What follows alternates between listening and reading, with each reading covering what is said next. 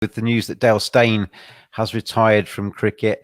Incredible bowler, fast bowler, 93 matches in Test cricket, 439 wickets, 125 ODIs, where he took 196 wickets, T20 internationals as well, 47 of those with 64 wickets. Longevity, he's been around for a long time. Cricket will miss him, Knuckle, won't it? He's been a tremendous performance for an inordinate number of teams in South Africa. To my mind, Dale Steyn is the greatest fast bowler of the modern era. To be able to do what he did, consistently moving the ball at that pace for so long, really until his shoulder went in 2017, didn't have a serious injury, and maintaining the strike rate that he maintained, taking a wicket every 42 balls for 93 Test matches. You look at so minimum of 2,000 balls. There are only 5 above him, and 3 of those are pre-First World War. In George Lohman, J.J. Ferris, and S.F. Barnes. Dale Steyn was at his peak was absolutely astonishing. I very, very fondly remember his incredible battle he had with Sachin Tendulkar in Cape Town in 2010. Both of them, Tendulkar in his last great peak, and Dale Steyn at very close to his best. And it was Steyn was getting everyone else out for fun. Tendulkar was hitting everyone else at 3-4 and over. But the two of them went at it for what felt like an entire day, and it was just the most astonishing thing you will ever see. And he was an absolute phenomenon. Raj, what are your memories of Dale Steyn? It's a sad, always a sad day when somebody hangs up their boots. It's like we talk about it as if he's died, don't we? He's got a long life ahead of him and much happiness, hopefully, for him. But it's a sad day for cricket that we won't see him on the field again. Absolutely. And my memories about Dale Steyn was exactly the series which Nakul mentioned, 2010 against India, when India went for a tour in South Africa. That is when, and I agree that Dale Steyn was special because Dale Steyn used to swing that ball regularly at that pace.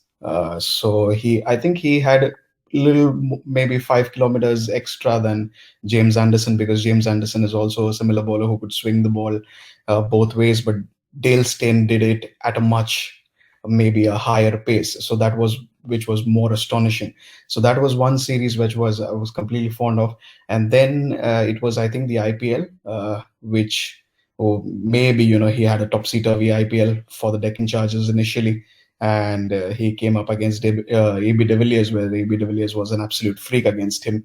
But my memories was most probably with the red cherry of Dale Steyn, especially in those hostile conditions of South Africa, Johannesburg, where he could swing the ball both ways. I think Virender Sehwag had a tough time against him. Murli Vijay also, suffered a lot against Dale Steyn. He had a phenomenal record in India as well, at a time when the pitches were not as fast bowler friendly as they are now. And some of the things he did in England and in Australia as well. He would regularly detonate the Australian batting lineups on some very completely flat, dead tracks. You know what? He was bowling in a pretty batting-friendly era in the mid-2000s. Watching him now, I mean, he'd be even more lethal than he was then. Neil? Just the best fast bowler that I've seen since I've regularly been watching cricket. I wonder what could still have been if South Africa had the money and resources to manage his game time in the way that they have been able to with Jimmy. And the fact that Jimmy's only played Test cricket for the last 6 years has undoubtedly lengthened his career. What we could still see Dale Steyn doing if South Africa had been able to do that. But he was someone who transcended formats as well, at his very best.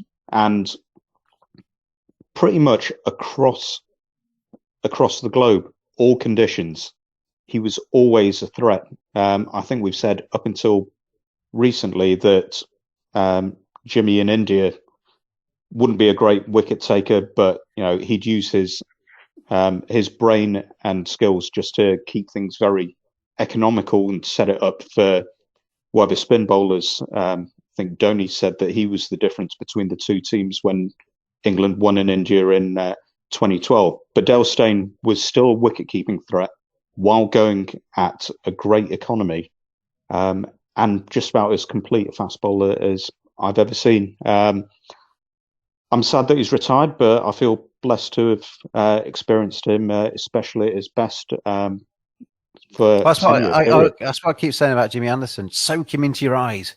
Make sure that you kind of burn him onto your retinas, that you've seen him play, because these kind of guys, the Steyns, the Andersons, the Warnes, and what have you, that we've seen in recent times, they're going to be talked about in 100 years' time. They'll be, when people are sitting doing podcasts like we are in 100 years' time, rather than SF Barnes, who will be much further down the list by then, it'll be the Jimmy Andersons of this world and the Dale Steyns of this world that we're talking about. And he's a tremendous bowler. Last thing I'll say, that run-up, such aggression, such menace, such theatre. Like, you could hear the hooves pounding and the drum beats going as he came in. Like, his eyes would be almost lasering the hole. Takes some doing to play the drums as you're running in as well, doesn't it? It was just pure theatre. Like, and it not that kind of wildness of Shoaib Akhtar, but it's such control and such menace. He was an absolute. When we very briefly got Steyn and Rabada bowling it in tandem together, man alive.